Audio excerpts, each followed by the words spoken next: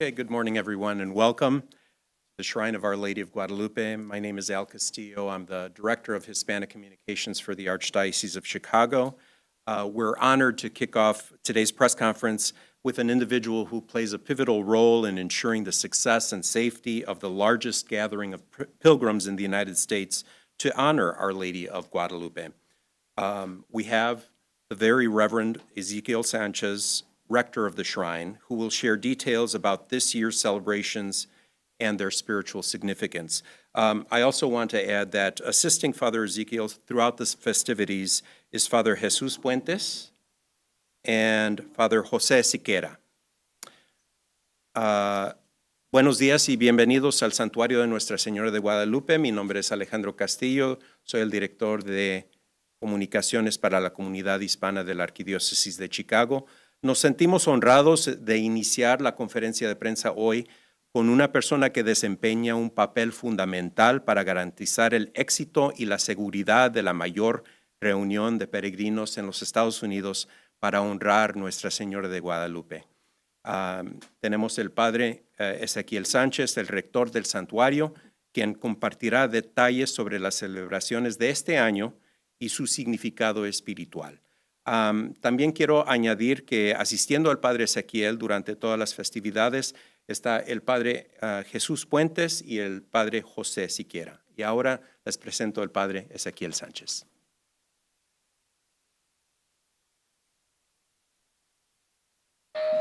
Good morning, everybody, and welcome once again here to the Shrine of Our Lady of Guadalupe. As you can tell, we've been already well at it at the beginning of our festivities with multiple pilgrimages already. Last weekend we had the equestrian riders and many other pilgrimages that have come through, especially the semi-trucks, etc. And many people ask us, why do people do this? Why go so many different expressions of people coming to share the devotion? I'd like to begin with just that very simply. Our Lady of Guadalupe is the Virgin Mary. We are Christians. So our faith tells us that there was a beautiful apparition in Mexico in 1531, just shortly after the arrival of the Spanish to Mexico. And as we know a little bit of our history, the conquest that happened in Mexico. But more importantly, what's happened to us, that we remember the conquest, we also remember the moment of faith that came through out of that very difficult experience. So Juan Diego is very pivotal to that, the great saint who now had the honor of serving Our Lady, where she asked him to go to the bishop and say that I want a little house, according to her words, where I can give all of the people of this land all of my love, my help, and my protection, referring to her son, Jesus, going to be born soon again. The reason why that's important is because that story, this particular narrative, gives our community and communities from around the world, not just Mexico, a great sense of hope, especially in hard times. This particular year, I'm pretty sensitive to the rhetoric that we're hearing around the country concerning immigration. We're very sensitive about how often it's used with delinquencies or how often it's used with people doing things that are harmful to others in a sense. Most people forget so often is that we're part of that problem that people experience. We in the church and people of neighborhoods and cities are normally the ones who have to respond to those decisions, taking care of people in the best way we can. And I'm very proud of our archdiocese for all of the work and effort that they've done to support recent arrived immigrants, unaccompanied minors, etc. And for many people, that has brought a very sincere fear in their heart, even to go out and be made visible. And the one thing we don't want is to people in any way to feel that they can't come out, because you don't want people hiding. You want people to tell you what's going on, how they're feeling, what they're going through, etc. This particular celebration is really a time for everyone to come out. Everyone not asking any questions about one's legal status, for this is a religious experience. This is an experience of hope and faith. It's also a moment of prayer and supplication for people, not only for themselves here in the United States, but also their families from which they came. More often enough, people cannot return back to their country. More often enough, people cannot return back and be with their family members. And so when they come with their concerns, with their culture, they also come with their pride, but also they come with their needs. And so the feast day becomes so significant because it touches on those points of reality, that remember what Our Lady taught us. She will be with us, and she'll give us all of her love, her help, and protection. That real consoling experience that no matter where you are in your state in life, you are welcome to come and approach together as a family, together as a community, together. The pilgrimage and the feast day is not limited only to Latinos or immigrants. It's inviting all communities from around the United States, and especially here in Chicago. We are pleased that we often get pilgrimage that comes from as far as Washington State, California, Texas, New York. We have many, many pilgrims that come from all parts of the country to come experience this specific celebration here in Chicago. Indeed, it often challenges us to wonder what's very, very cold, and yet still they'll come. So what's bringing people here is their faith. What's bringing here is their concern. What's bringing here, people bringing them to come to us, is a sense of welcome and a sense of being part of a community, being joined together in the spirit of union and faith and caring for one another.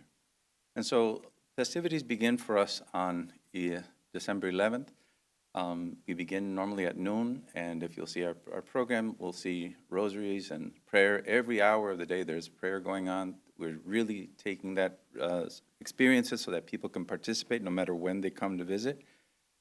Our opening Mass begins at 8 p.m. with Bishop Jeffrey Grab, who is now named new Archbishop of Milwaukee, and he'll be joining us on that beautiful day, and he'll be the main homilist and providing us his message, as well as other dignitaries that will be with us, particularly the mayor of here Des Plaines and other wonderful folks who have wanted to live this experience with the community as well.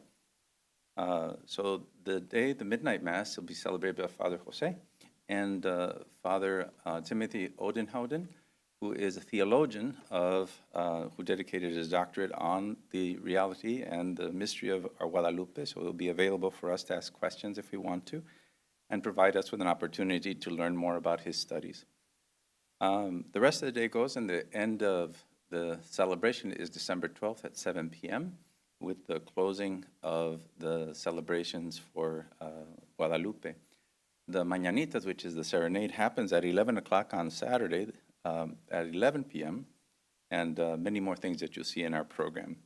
I think it's very important to talk about. It's interesting that this particular feast day lands in wonderful weather before and after it.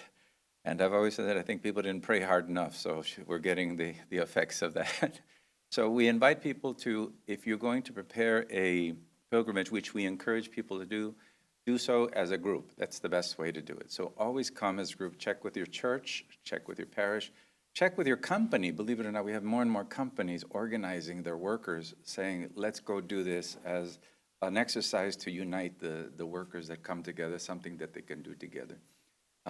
Families get together. They start from wherever it is they choose to come, and they organize around us. So please make sure you have a good sense of your route. Please make sure that you have some people around you that can provide some support for you, whether you need heating, whether you need water, whether you need blankets, whatever the pilgrimage might need to fulfill its destination to get here.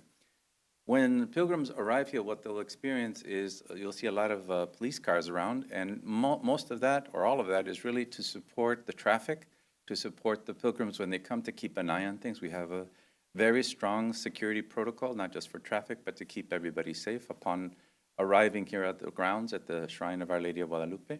And so we ask everyone to please come freely and confidently, that even though you see police presence, they're here to help. They're here to work with us, and they're here to make sure that our community can arrive, make your pilgrimage, enjoy your celebration, be part of it. The shrine will provide a healing center, which is a very large circus top tent that is filled with a lot of heating apparatus that are there, and also great tacos that are there también. That'll be always there for you, keep you warm and fed. The one thing that a lot of pilgrims ask is the questions of parking.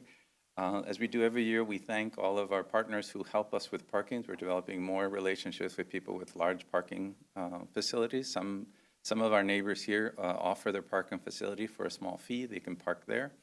But the main ones we use primarily is Milwaukee Plaza. It's just about a mile south of us. And St. Emily's and Oakton Community College, but they won't be available till 9 p.m. On Wednesday and Sunday, primarily because the feast day this year lands on a weekday. And when it lands on a weekday, we're more limited on what we're able to invite our friends to help us with. Nevertheless, we invite people to come prepared for their pilgrimage, often make phone calls, find out where you want to be, where you want to park, how long your walk is going to be, and the temperature as well. We understand from our meteorologists that temperature do fall below 32 degrees, so it's going to be a bit nippy, but not impossible. We've been through this before, but we often tell people, remember, lots of warm gear, lots of layering, and lots that's going on. There are also going to be opportunities for people when they arrive. They'll be received through our security details, but also all of our ministries. Father Jesus and all of our deacons here will be welcoming them if they have any particular items that they want blessed or any conversation that they want held. Our clergy are always here to support our pilgrims, to hear what they have to do. And we have over 400 volunteers currently working with us. We're grateful for so many volunteers who have come to help us on the feast day.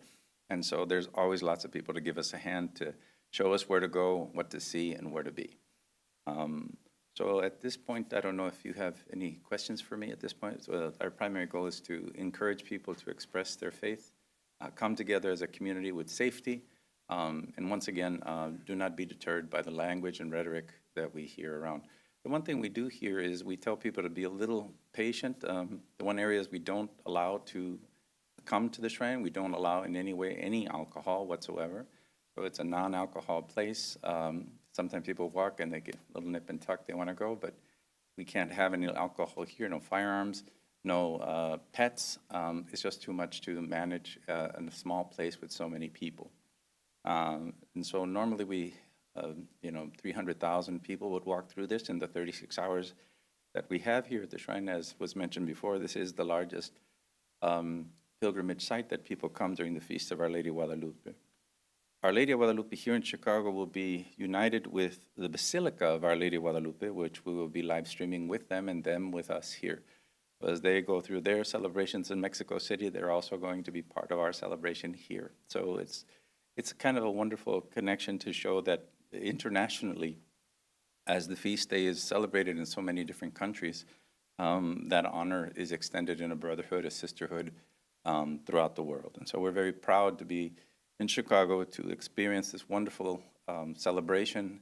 And indeed, even as people go through the different, it's interesting, they come from warmer climates, they'll still come all the way over here. So I guess they want to tough it out. So I'm glad they would. So please, we want to tell everybody to make sure you come prepared, not only with your clothes and drink, but also be prepared as your logistics will be helpful. There are local hotels that have a special rate for pilgrims that come for the pilgrimage. Some folks do that to get their rooms ahead of time to be a little bit more supportive to them in this journey. So for that, I think I'll open up for questions if you have any. Ezekiel, yeah, Esequiel Sanchez. The weather is always the biggest factor, no? But sometimes the need is often bigger than the weather. So if people are experiencing, I have to be there, quiero cumplir mi manda, I have to do this promise that I made, no matter what the weather is. In fact, sometimes people take even the weather as a major challenge. So we're ready for however many people come. So we're trying to be as organized as we can be. Again, happily, we've had a wonderful background, trajectory of keeping people safe and keeping people have their wonderful experience come through. Mm-hmm.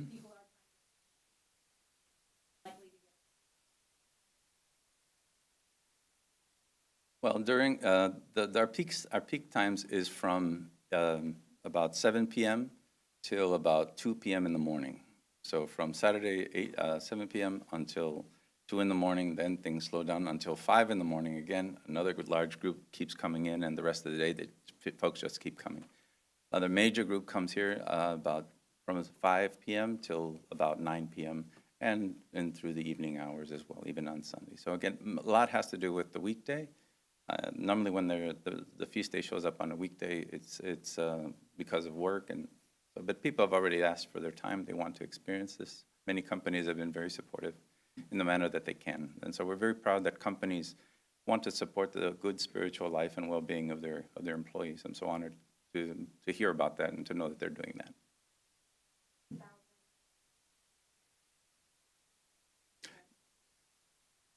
No, that's starting Wednesday. That's it. So people are already joining in. They're already coming in the ways that they can. The one thing we're primarily concerned about is Wednesday and Thursday, which is the major times in which the big groups, that's the feast day itself, when it lights up with our fireworks display, etc. The one thing I can't calculate, because it's been a wonderful new thing to consider, is how many people from out of town are coming. So they're coming from all over the Midwest, they're coming from Wisconsin, they're coming in from Indiana, they're coming in from Iowa, Ohio. We've seen pilgrims come from everywhere, and it's an honor to have them. It's great to have the community come from as far as the places that they say they come, and so as far as New York, as far as North, South Carolina, or Georgia. It means a lot to them. This place has become a very significant place for them, and so welcome. We do things orderly, and as long as people know that when you come, let's come for the purpose of what we're coming here for. So we don't confuse this with Lollapalooza or anything like that. We don't have any of that. The major attraction is my queen, my lady. So she's the major attraction of our visit. And again, we cannot have so much people stay in one time. So if you notice, large part of the movement is keep people moving, and fulfill your commitment. Open your heart, say your prayer, make your visit, enjoy your time. But we got to keep it going.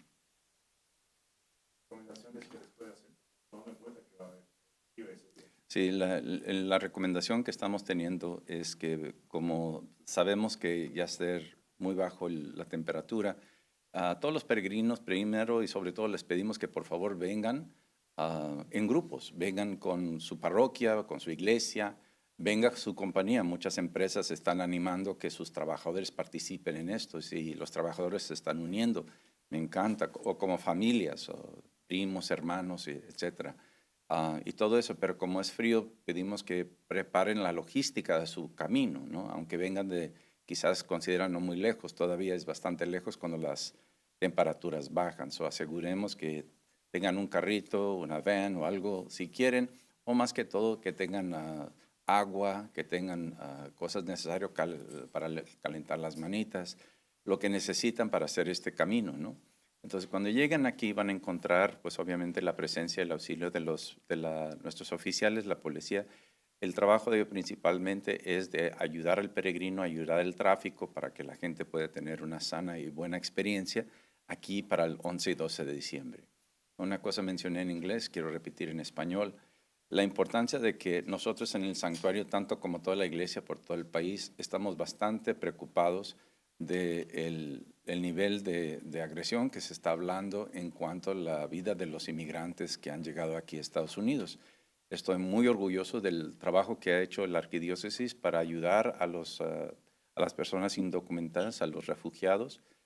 Pero esta es una experiencia donde queremos decirle a la gente, no tenga miedo, hay que venir a nuestra experiencia de devoción. Hay que mostrarle al mundo que sí estamos nosotros listos para ser parte de una nueva realidad, puesto que ese era el mensaje de la Virgen de Guadalupe para nuestras vidas, de toda América.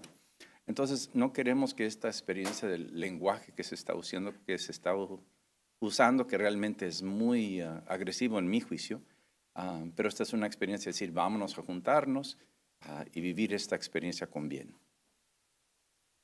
Gracias. You mentioned the rhetoric, and I'm just wondering, have you been hearing from Yes. pilgrims that are thinking they're not going to come this time because of that? Nothing has deterred them yet, but the rhetoric does make pause. Some pilgrims in previous years have spoken to us where they have been people who have been aggressive towards them on the way. So if they're coming from Chicago, they've had passed by blocks or neighborhoods, and people have assured verbal abuse towards them. Others have had a little more difficult time. They haven't deterred them from doing that. They see that as part of the challenge. But sadly, there are folks who listen to that rhetoric and sadly believe everybody's in the same boat. And so it's something that we find sad, but in reality, we have to overcome that no matter when it happens to us. And so having an event like this that you have something directly to go to builds courage and character for those who are coming through it. So we encourage people to continue, because we do, when you get here, there is an awful lot of welcome for you. That's why we're asking people to come in groups, It's not good enough just to come alone. We have had experiences where groups of pilgrims have told us about aggressive behavior of some citizens around us, so along the way.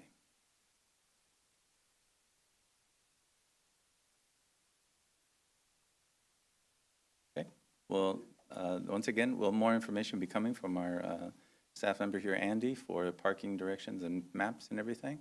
And we thank you also. I think our last word has come from our brother Alejandro Garria. Thank you so very much.